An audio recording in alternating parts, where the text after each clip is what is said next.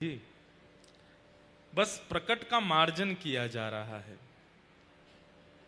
प्रकट भाव को ही मार्जित किया जा रहा है। इस कथा के द्वारा आप सबके हृदय के भाव देख करके ऐसा लगता ही नहीं है कि वृंदावन प्रकट करना पड़ेगा आपके हृदय में। हम एक कोई भाव गा देते हैं, एक कोई भाव सुना देते हैं, आप सब लोग इतने उत्साहित हो जाते हैं। ये उत्साह बताता है कि आप वृंदावन के हो, आपके चित्त में वृंदावन है। बस बंधुओं, अब इस कथा का फिर प्रयोग क्या है कि जो चित्त में है वो सदा रहे। वैसे तो भावना ये होती है कि जो चित्त में है वो बढ़े, पर कलिकाल इतना खतरनाक है कि कई बार उसका बढ़ना बहुत मुश्किल हो जाता है। और क्षमा कीजिएगा, मैं कान पकड़ के क्षमा कहकर के बोलूं, हम ऐसे प्रांत में हैं जहां सबसे ज्यादा युवा हैं और जो सबसे ज्यादा भटक भी रहे हैं। ऐसे हमारे पंजाब के युवाओं के बीच में आप सब लोग रहते हो और रह कर के भजन कर रहे हो, वृंदावन को स्मरण कर रहे हो, तो यहां बढ़ने की उम्मीद थोड़ी कम हो जाती है। लेकिन फिर भी बढ़े, ये तो प्रयास है ही, लेकिन उससे पहले प्रयास है कि जितना है वो घटे ना, वो उतना रहे। उसके लिए कथा हो रही है। गत वर्ष भी हुई, इस वर्ष भी हो रही है। और हमारे बी पराग जी तो कहते हैं, महाराज जी मुझे 5-6 साल की एक साथ डेट दे दो।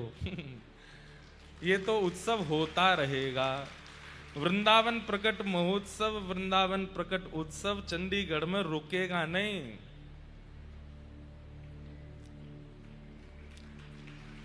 ये ऐसा उनका भाव है। सब कुछ ही मिटा देंगे, सारे होश गवा देंगे, अगर तुझे हो गया कुछ राधा नाम सुना देंगे। लो, ये बात किनके लिए है? आप सब युवाओं के लिए है।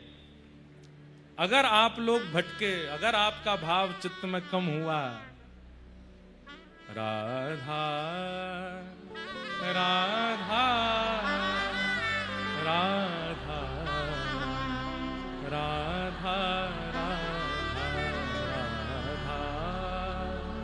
राधा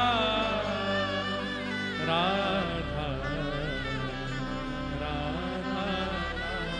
तो ये अगर आप सब युवा भटके, वैसे तो हमें ऐसा लगता है कि अब बी पराग जी कॉन्सर्ट करने जाते होंगे तो युवा ही आते हैं ज्यादातर। वो कॉन्सर्ट सुनकर के जब इनको देखते होंगे तो ऑब्वियसली बात है कि स्टेज पर जब कोई दिखता है तो उसके प्रति आकर्षण होता है। उनके मन में ये भी तो आता होगा, यार ये आदमी इतना अच्छा गाता है, इतने बढ़िया हम लोगों के मन को जो है, हमारे टूटे हुए दिलों को ये बिखरे हुओं को जोड़ देते हैं, उनको सिल देते हैं।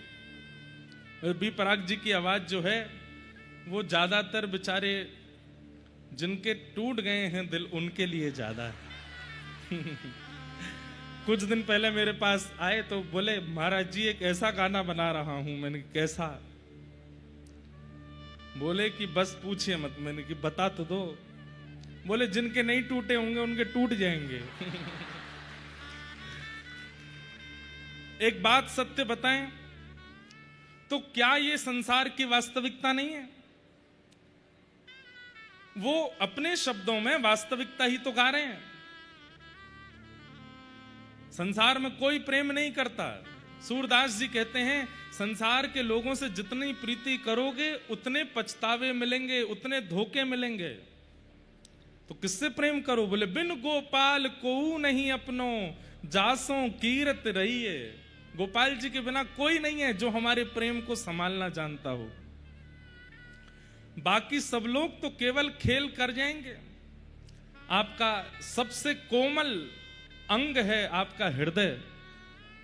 उस हृदय को जब आप किसी को प्रदान करते हो, उस हृदय से कोई खेल लेता है तो पुनः वो हृदय किसी लायक रह नहीं पाता। इसलिए वो तो अभी से गागा करके आने वाली पीढ़ियों को समझा रहे हैं, बोले कि भैया ये सब प्रपंच है, इसमें मत पड़ो।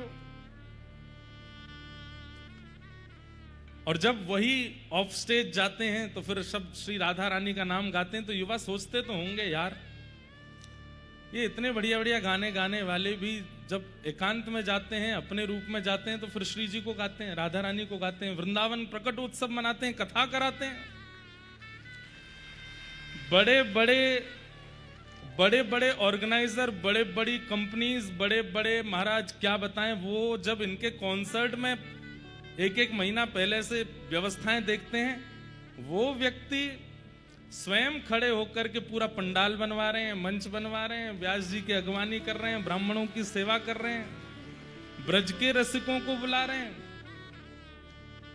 ओ भैया गाने सुनने वालों, देख लो, चित्त को सुख तो श्री जी के नाम में ही मिलेगा, चित्त को सुख तो श्री ठाकुर जी की कथा में ही मिलेगा। उनकी वाणी आप सबको सुख देती है, पर उनको सुख श्री जी का नाम देता है। तो सोचो ना कि मूल सार तो श्री जी ही है, मूल सार तो हमारा वृंदावन ही है। वैसे तो आप लोग यथा मात्रा में जाग चुके हो, पंडाल छोटा पड़ रहा है, अगली साल और जग जाना ताकि पंडाल और बढ़े। आप लोग तो सब युवा हमारे इतने भाव से कथा सुनते हैं, बहुत अच्छा लगता है। बस यही भाव बना रहे, इस कथा का यही उद्देश्य है कि जो चित्त बन गया है अब ये बिगड़े ना, बस ऐसा ही रहे और धीरे धीरे इससे आगे बढ़े, इससे घटे ना, पीछे ना। उसी के लिए ये वृंदावन प्रकट उत्सव कथा का समायोजन कराया जा रहा है। बड़े आनंद की बात है। कल हम लोगों ने भागवत में महात्म्य सुना, उसके बाद प्यारे गिरधर लाल जी के फल कुंज का दर्शन किया। फल कुंज में ठाकुर जी कल फल आरोग रहे हैं, आईरी कोई आम बेचन वारी, और उसके बाद फिर चित्रावली का, चित्रा सखी जी का पद हमने सुना कि ठाकुर जी चिकसौली में चना चुराए, और चिकसौली में चना चुरा करके भाजे तो वही सखी ठाकुर जी को घेर रही है, पकड़ रही है, लेकिन पकड़ में ठाकुर जी आए नहीं, अंत तो गत्वा पकड़ के ठाकुर जी को अपने हाथ से ही पवाती है। बंधुओं, ये इतने सुंदर सुंदर भाव हैं ठाकुर जी के कि इनसे बाहर निकलने की इच्छा ही नहीं होती है। एक बार यदि इन भावों में आप प्रविष्ट हो गए तो फिर इनसे बाहर निकलने की इच्छा नहीं होगी।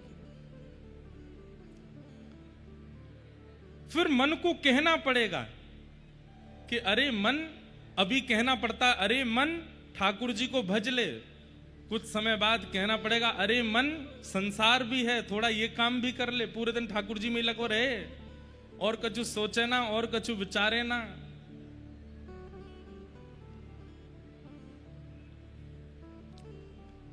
ऐसी स्थिति हमारी हो जाए, उसके लिए हम बैठे।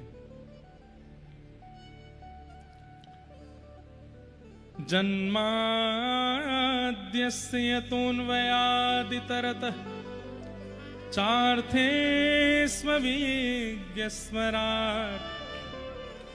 तेने ब्रह्म हृदय आदि कवये मुह्यन्ति यत्सूरयः तेजो वारि मृदां यथा विनिमयो यत्र त्रिशङ्कुं मृषा धाम्ना स्वेन सदा निरस्तकुहकं सत्यं परम धीमहि।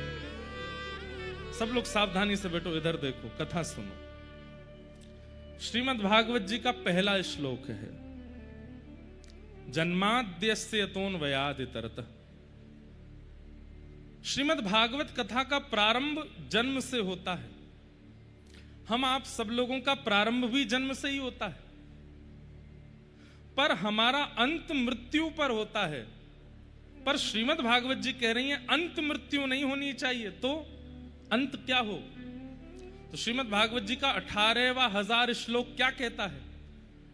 नाम संकीर्तनम यस्य सर्व पाप प्रणाशनो प्रणामो दुख समनः तम नमामि हरिं परम। श्रीमद् भागवत जी संकेत कर रही हैं कि खाए पिए, धन कमाए, घर बनाए, विवाह किया, संतान उत्पन्न करी और उसके बाद में मृत्यु को प्राप्त हो गए, तो आप जन्म के साथ तो भागवत जी की मैचिंग हो गई आपकी, लेकिन विश्राम मैच नहीं हुआ। विश्राम क्या है? बोले हरिम परम, श्री हरि के चरणारविंद प्राप्त हो जाएं। आपके जीवन का अंत मृत्यु नहीं होनी चाहिए, आपके जीवन का अंत ठाकुर जी प्राप्त हो जाएं, ये होना चाहिए। हम लोगों की विचारधारा, हम लोगों की स्वभाव कैसा है, बहुत ध्यान से सुनिएगा। चंडीगढ़ में कुछ चटपटी डिश आई नई, तो लोग बाग कहते खाओ भाई, बोले अरे नहीं खाना यार, अरे 4 दिन का जीवन है भाई, क्या फिर मर जाएगा, क्या करेगा, खा ले।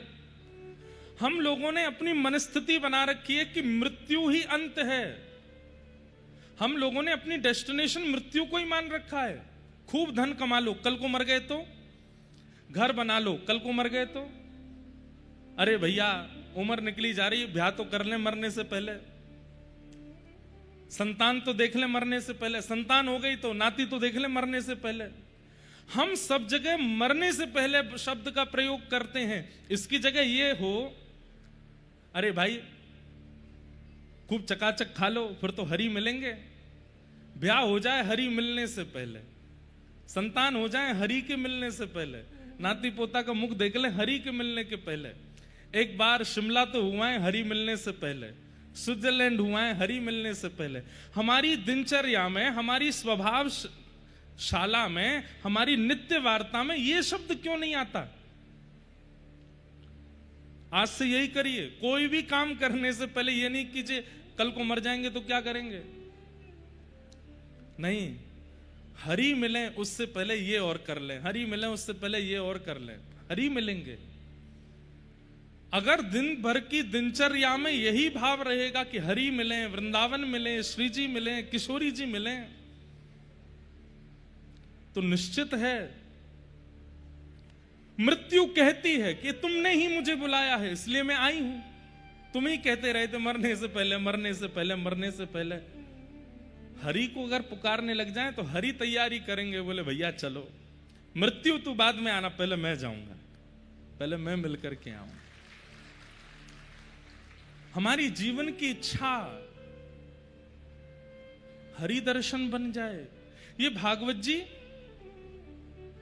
का सिद्धांत है। मृत्यु हमारा उद्देश्य नहीं है, मृत्यु हमारा अंत नहीं है, मृत्यु हमारा गंतव्य नहीं है, डेस्टिनेशन नहीं है। हमारा डेस्टिनेशन, हमारा गंतव्य श्री किशोरी जी के चरणारविंद हैं, श्री वृंदावन है, श्री यमुना जी हैं, श्री ठाकुर जी हैं।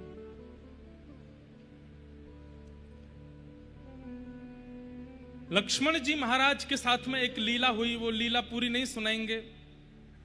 उसमें कुछ ऐसा हुआ कि राम जी ही बाण लेकर के लक्ष्मण जी के पीछे भागे, तो लक्ष्मण जी महाराज हाथ जोड़ करके राम जी से कहते हैं, बोले राघव आप प्राण लें और मैं भागूं, ऐसा हो नहीं सकता। अगर मेरे भाई मेरे प्राण लेना चाहें तो मैं तो सामने खड़ा हो जाऊंगा कि मेरे प्राण ले लीजिए, मैं भाग क्यों रहा हूं? राम जी बोले वही हम पूछ रहे, तुम भाग क्यों रहे हो? बोले मैं इसलिए प्राणों को बचा के भाग रहा हूं क्योंकि 14 वर्ष से केवल एक चीज की प्रतीक्षा मैंने की थी, क्या? कि अयोध्या के स्वर्ण सिंहासन पर मेरे राघव जी विराजें और वो मैं अपनी दृष्टि से देखूं, उससे पहले मेरे प्राण ना चले जाएं। हे भैया मैं तो प्राण आपके सामने परोस दूंगा अपने, आप लेने के लिए व्याकुल क्यों हो रहे हैं? पर ये जो मैं अपने प्राणों की रक्षा के लिए भाग रहा हूं, ये इसलिए क्योंकि मैं आपको देखना चाहता हूं कि एक बार आप अयोध्या के राज सिंहासन पर बैठो, उसके बाद भले ही मेरे प्राण चले जाएं।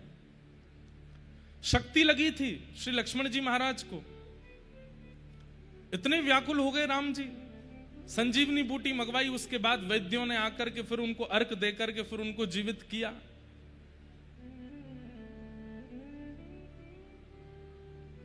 किसी ने लक्ष्मण जी से कहा कि अपने भैया के लिए युद्ध करते हुए प्राण गंवाना आपके लिए सौभाग्य होना चाहिए, पर आप तो जीवित होकर के आनंदित हो रहे हैं। बोले मैं इसलिए आनंदित हो रहा हूं क्योंकि मैं बिना राम जी को राजा बने देख प्राण नहीं त्यागना चाहता हूं। पहले एक बार अपने भैया को राजा बने देख लूं, फिर भले ही मेरे प्राण चले जाएं। मृत्यु हम सबकी आनी है, पर मृत्यु से पहले हमारी लिस्ट में धन कमाना, ऐश्वर्य कमाना, घर कमाना, विवाह करना, संतान उत्पन्न होना, यश वैभव करना आदि आदि, ये सब हमारी इच्छाएं रह जाती हैं। आजकल के युवाओं से पूछो भाई ब्याह क्यों नहीं कर रहे, 35 साल के हो गए तुम। अभी महाराज जी 2-4 मेरे ड्रीम्स जो हैं अधूरे रह गए हैं, पहले वो पूरे हो जाएं। 2-4 ड्रीम्स क्या हैं? उन ड्रीम्स में किशोरी जी नहीं है, उन ड्रीम्स में श्री ठाकुर जी नहीं है। हम सबके लिए ये बात नहीं कह रहे हैं, पर वृंदावन से प्रेम करने वाले, वृंदावन को भजने वाले, वृंदावन से स्नेह करने वाले और वृंदावन की निरंतर चर्चा करने वाले, श्री राधा कह करके मचलने वाले, झूमने वाले, उन लोगों की तो एक ही इच्छा होनी चाहिए, मैं धन भी इसीलिए कमा रहा हूं, मैं अध्ययन भी इसीलिए कर रहा हूं, मैं जीवन की हर स्थिति को केवल इसलिए प्राप्त कर रहा हूं ताकि इन सबको साधन बना करके मैं किशोरी जी को प्राप्त कर सकूं। ये सब मेरे साधन बने, उद्देश्य तो मेरा किशोरी जी की। और नित्य मृत्यु से प्रार्थना करें, हे मृत्यु देवी अभी मत आना। कागा सब तन खाइयो, मेरो चुन चुन खाइयो मांस, दो नैना मत खाइयो, मोहे पिया मिलन की आस। कहीं हमारे प्राण चले गए, बिना उनसे मिले फिर आना पड़ेगा, फिर से जन्म लेना पड़ेगा। पता नहीं कहां जन्म होगा, किस योनि में होगा, क्या कर्म करके फिर हमको दोबारा, पता नहीं ये मानव तन दोबारा मिलेगा कि नहीं। आपकी चिंता आज से ही प्रारंभ हो जानी चाहिए। हर कथा में कहा जाता है चिंता मत करो, हम कह रहे हैं चिंता करो, पर किस बात की करो। आज का दिन भी निकल गया, किशोरी जी नहीं मिली। अच्छा, हमारे राधा वल्लभ परंपरा में आप लोगन को गर्मी नहीं लग रही है, महाराज मैं तो भीग गया हूं पूरा, जबकि 2-2 एसी लग रहे हैं यहां पे। भीतर तो ऐसा लग रहा हो कोई ने पिचकारी चलाई दी है। कोई बात नहीं भैया, किशोरी जी की कृपा बरस रही है, यूं समझ लो। सुखाओ मत, आन दो पसीना। बस पानी पीते रहना, कहीं बेहोश होके मत गिर जाना। हम तो वो भी नहीं पी सकते 4 घंटा। क्या बता रहा था मैं? हाँ, तो हमारे वृंदावन की राधा वल्लभ परंपरा में एक बड़े अच्छे भक्त हुए, उनका नाम हुआ भोरी सखी। सब लोग इधर देखो, ध्यान से सुनो। मैं तो डर गो, कौन आ गयो भैया, जय हो बोली। ऐसे मत करे करो, इधर देखो। अच्छा, आए हैं श्री राधा रमण लाल की, प्राण धन श्री राधा रमण लाल की। हमारे प्यारे श्री राधा रमण लाल जी के सेवायत गोस्वामी श्रीमन माधव गौड़ेश्वर वैष्णवाचार्य श्री पद्मनाभ गोस्वामी जी महाराज हमारे मध्य में पधारे हैं। पूज्य महाराज जी को, आचार्य चरण को बारंबार प्रणाम। जय। व्रज जन प्रियतम बाल मुकुंदम, राधा रमण हरे हरे।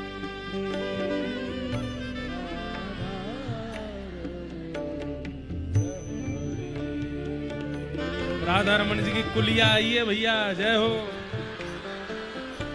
पर कोई में बटेगी ना, सबरी में ही खाऊंगो। केसर तिलकम कृष्ण केसर तिलकं कृष्ण वरणं राधारमणं हरे हरे राधारमणं हरे हरे व्रज जन प्रिय बाल मुकुंदम राधारमणं हरे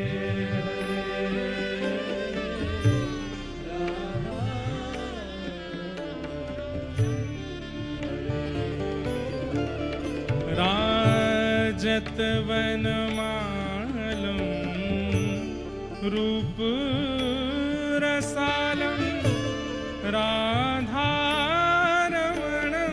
हरे हरे राजत वनमालं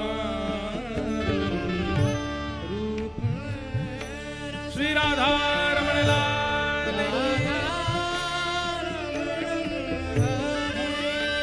हरे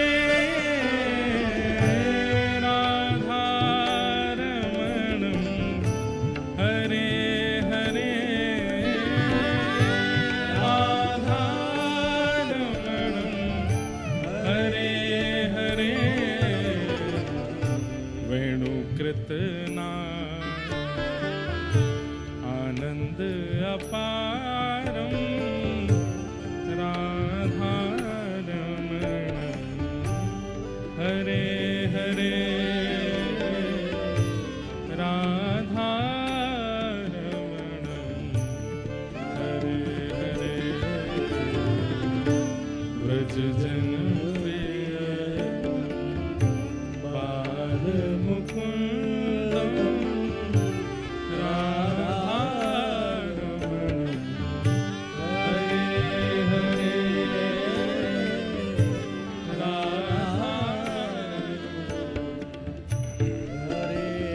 श्री राधारमण लाल की। प्यारे राधारमण लाल, निश्चित ही ये वृंदावन प्रकट उत्सव ऐसे भी सफल हो रहा है कि वृंदावन के सप्तनिधि अपने गोस्वामी आचार्यों के स्वरूप में यहां पधार रहे हैं। भैया ये गोस्वामी जी नहीं आए हैं, साक्षात उनके हृदय में विराजमान होकर के उनसे ही सेवा करवावे वाले श्री राधारमण लाल जी पधारे हैं। हमारे बिहारी जी के श्री गोस्वामी जी के हृदय में विराजमान है कि श्री कुंज बिहारी लाल ही पधारे हैं। और देखो बिहारी जी आ गए, राधारमण जी आ गए, और मैं मंच से अभी श्री राधा वल्लभ जी के सेवायतों की बात कर रहा हूं तो राधा वल्लभ जी भी आ गए। ये ऐसी तो वृंदावन प्रकट होएगा। तो सुनो, राधा वल्लभ परंपरा में भोरी सखी जिनका पूर्व नाम भोलानाथ था, क्या था? भोलानाथ। और उनका नाम भोरी सखी स्वयं श्री जी ने ही रखा है, भोरी सखी। तो श्री भोरी सखी जी का चरित्र तो बहुत बड़ा है। पूरा चरित्र तो कुछ मैंने गिरिराज जी में कुछ दिन पहले कहा था और मन में भाव आया तो आगामी गिरिराज की यहाँ 3 को पूरी होगी, 4 तारीख से फिर गिरिराज जी में ही कथा है, तो संभवतः लगेगा भाव, तो विस्तृत चरित्र कभी सुनाएंगे भोरी सखी जी का। पर भोरी सखी जी की चरित्र की एक बड़ी सुंदर लीला है, ध्यान से सुनिएगा। आप विरह भाव में पड़े रहते थे। किशोरी ऐसो दुख दीजो ही माही, श्री राधे ऐसो दुख दीजो ही माही, बिन पद कंज छटा दृग देखे, बिन पद कंज छटा दृग देखे, को सुहावे नाही, को किशोरी ऐसो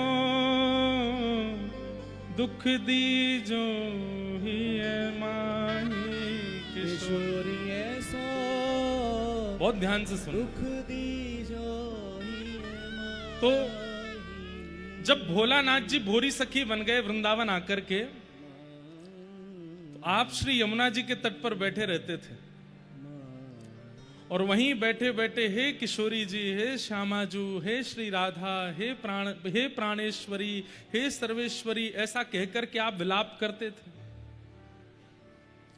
और विलाप क्रंदन इतना उच्च स्वर में होता था। भोरी सखी ज्यादा पुरानी नहीं, 80 वर्ष हुए होंगे ज्यादा से ज्यादा, 80-90 वर्ष पहले ही हमारे वृंदावन में भोरी सखी हुई। भोलानाथ जी, आपका जन्म तो मध्य प्रदेश का था पर वृंदावन आ गए।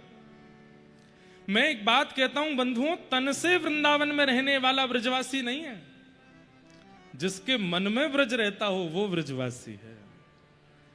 कई लोग तन से वृंदावन में रहते हैं पर ऐसा अनुभव नहीं कर पाते। लेकिन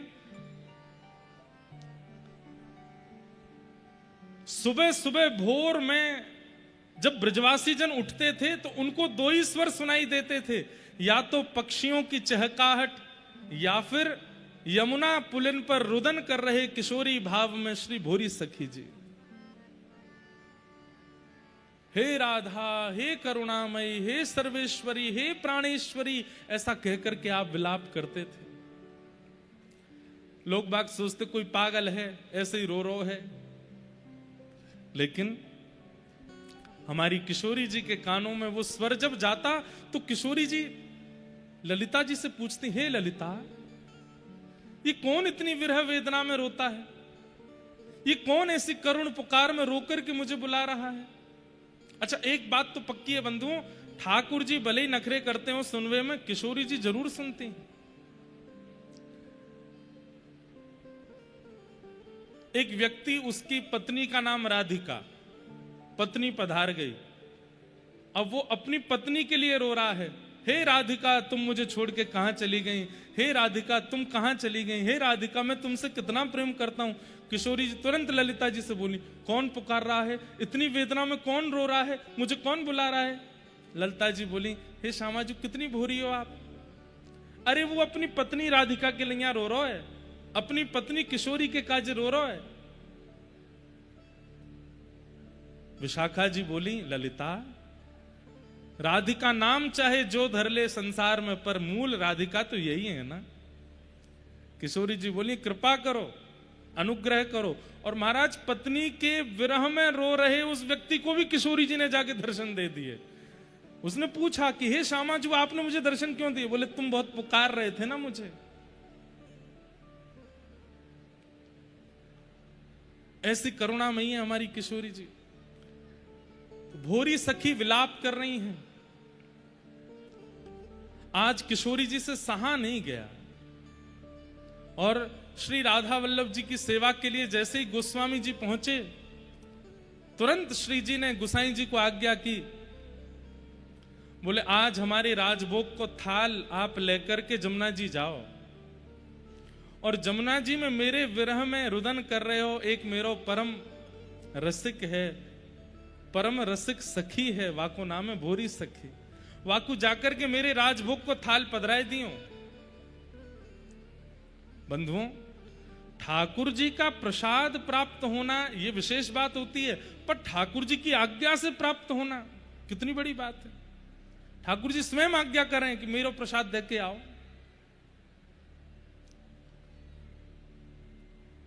गोसाई जी तुरंत थाल लेकर के गए और महाराज संग में 2-4 सेवक लेके गए। ऐसो कौन है वृंदावन में जाके लिए श्री जी आज्ञा कर रही हैं कि मेरी राजभोग की थाल लेके जाओ। गोसाई जी जैसे ही पहुंचे तो आंखें सूज गई हैं, मुख से केवल स्वर निकल रहा है, हे श्यामा, हे प्राणेश्वरी, हे सर्वेश्वरी, हे किशोरी। गोसाई जी गए और जाकर के सामने बैठे। भोरी सखी, ये भोरी सखी नाम 2 ही लोगों को पता था, स्वयं भोलानाथ जी को और स्वप्न में दिखी एक दिन ललिता जी को, और किसी को भी नहीं पता था कि भोलानाथ जी का नाम भोरी सखी है। लेकिन गुसाई जी ने आकर के जब कहा भोरी सखी, तो भोलानाथ जी के नेत्र खुले, अपने आंसू पोंछते हुए बोले मेरो ये नाम आपको कौन ने बताया, ये और कोई को तो पता ना है। तो गुसाई जी बोले कौन बता सके, तुम्हारे अलावा कौन को पता है। भोलानाथ जी बोले मेरे अलावा केवल श्री ललिता जी को पता हो, एक दिन स्वप्न में आकर के उनने मुझसे कही।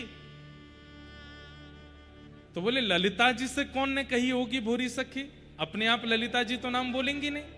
तो भोलानाथ जी बोले कौन ने कही, तो गुसाई जी बोले श्री जी ने तुम्हारो नाम धरो भोरी सखी। सुनकर के रुदन करने लगे, और श्री जी ने ही मुझको बताई है कि तुम भोरी सखी हो।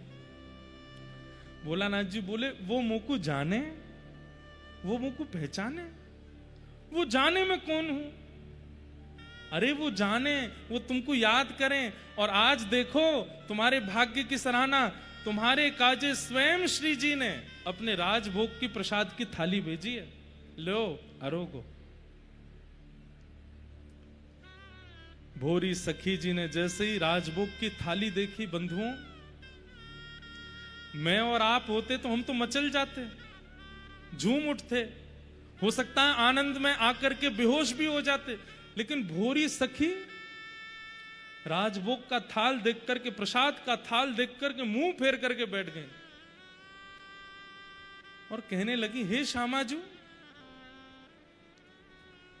ये रोटी खवा करके और ये अपने प्रसाद को मुंह को पवा करके आप मुंह को कहां करना चाह रही हो, कहां ते बहलाना चाह रही हो।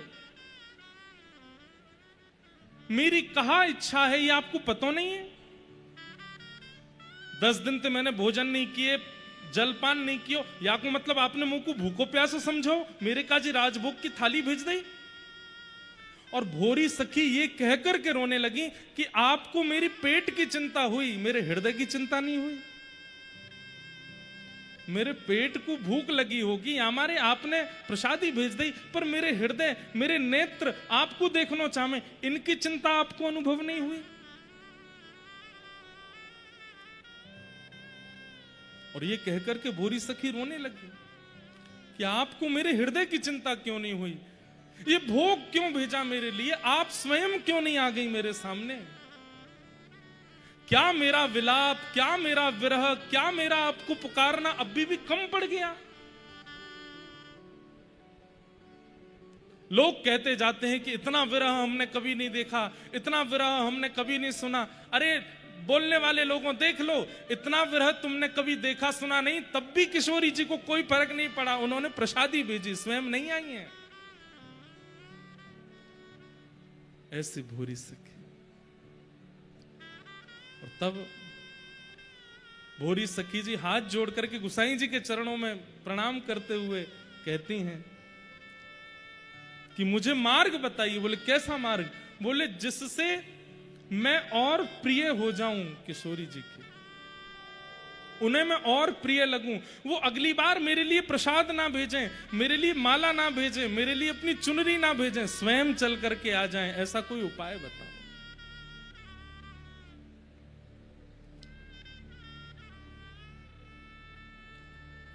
भोरी सखी जी का पद है, जेहि विधि तोहे अति लगो प्यारी, जेहि विधि तोहे अति लगो प्यारी, सो गुण तैसी रहन दीजिए, करुणा कोर निहारी, जेहि विधि तोहे अति लगो प्यारी। मैं जिससे आपको और प्यारी लगने लगूं हे किशोरी जी, सो गुण वैसे मुझ में गुण दो, तैसी रहनी दीजिए, करुणा कोर निहारी। और हो तो तेरे हाथ बिकानी, तू एक राखन हारी, तेरी सहज निज नित चाहो, और सो काज कहारी, जेहि विधि तोहे अति प्यारी लगूं, जेहि विधि तोहे अति प्यारी लगूं। कोटि प्राण तेरे पग परवारो, छिन्हू देख छटारी,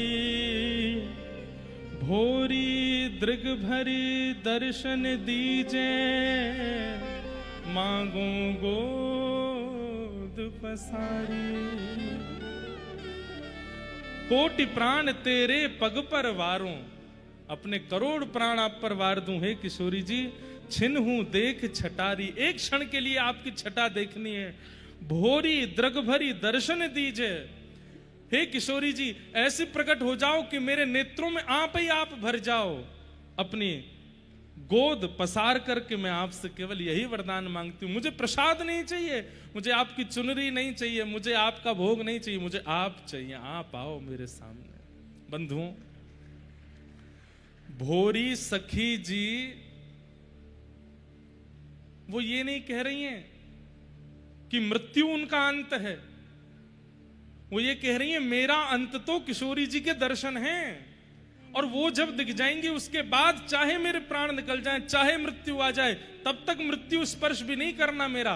और आप विश्वास मानिए, ऐसे भक्तों को मृत्यु ने तब तक स्पर्श ही नहीं किया जब तक ठाकुर जी साक्षात प्रकट ना हो, ठाकुर जी साक्षात उनके सामने ना आ गए।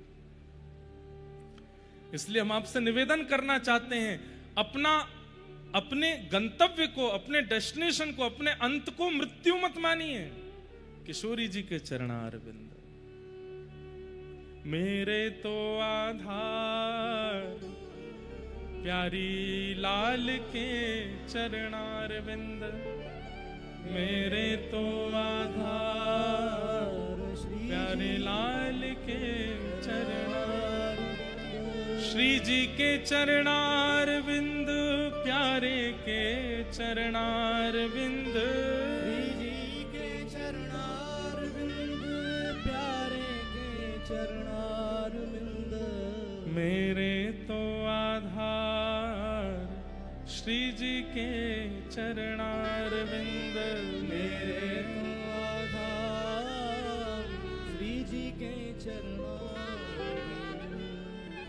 भागवत जी से क्या सीखना है? आज से एक बात धारण कर लीजिए, मृत्यु अंत नहीं है मेरा। मेरे जीवन का अंत तो मेरे प्राण प्रिय श्री ठाकुर जी के चरणार, उनके दर्शन, प्रत्यक्ष दर्शन। उसके बाद चाहे जो होना हो जाए जीवन में। अपने तन को इसलिए संभालना है, अपने मन को इसलिए संभालना है, अपने हृदय को इसलिए संभालना है कि ठाकुर जी को अभी आना है और उन्हें हमें ये सब प्रदान करना है। उसके बाद चाहे जो हो जाए। ये भागवत जी का मूल उद्देश्य है, ये मूल सिद्धांत है। इसलिए आज तो ही नियम बनाए लो, मृत्यु को अंत नहीं मानना। मीराबाई का चरित्र भी चल रहा है, साथ में भागवत जी की कथा भी चल रही है। कलिकाल में वही माधवी जिनके विषय में हम कल सुन रहे थे, वही माधवी आज से लगभग 550 वर्ष के अंतराल पूर्व में राजस्थान की धरती पर श्री राव दूधाजी महाराज, बहुत ध्यान से सुनिएगा, सब लोग बिल्कुल हिलो डोलो नहीं, पसीना आमे पहुंचो ही मत, आन दो, सुनो ध्यान से। श्री राव दूधाजी महाराज जो कि राजस्थान के एक पराक्रमी राजा थे, उनके पुत्र की पुत्री बनकर के वही माधवी सखी मिहिरा बनकर के आई हैं। और मीराबाई का जन्मोत्सव पता कब है? शरद पूर्णिमा आने वाली है। आगामी शरद पूर्णिमा मीराबाई का जन्म तिथि है, जन्म तारीख है। इसी दिन मीराबाई का जन्म हुआ। बड़े बड़े भक्त जन्मे हैं पूर्णिमा के दिन। और बताएं, पूर्णिमा पर विशेष रूप से 2 लोगों के जन्म सुने जाते हैं। वैसे तो अनेक हैं, पर कृष्ण भक्ति में जिनका विरह ऐसा है कि जिस विरह सागर में कितने डूब जाते हैं, उसमें पहला नाम मीराबाई। अब पहला दूसरा नहीं बोलेंगे, एक नाम मीराबाई और दूसरा नाम श्रीमन चैतन्य महाप्रभु, वो भी पूर्णिमा को जन्मे, वे भी पूर्णिमा को प्रगटे। और श्री चैतन्य महाप्रभु के चरित्र में तो आता है कि महाप्रभु श्री चैतन्य का जैसे ही प्राकट्य हुआ उसी समय ग्रहण लग गया। पूर्णिमा को ग्रहण लगता है और चंद्र ग्रहण लगा तो आचार्य चरणों से पूछा कि भाई हमारे आदि आचार्य का जन्म और ग्रहण लगा? तो बोले ग्रहण लगा नहीं है, जबरदस्ती हुआ है। बोले क्यों? बोले चंद्रमा ने, ग्रहण में क्या होता है, चंद्रमा छुप जाता है, चंद्रमा ने स्वयं को छुपा लिया है। बोले क्यों? बोले मेरी आवश्यकता नहीं है, गौर चंद्र प्रकट हुए हैं पृथ्वी पर, एक चंद्रमा प्रकट हो चुके हैं, तो मेरी आवश्यकता क्या है, इसलिए ग्रहण लग गया।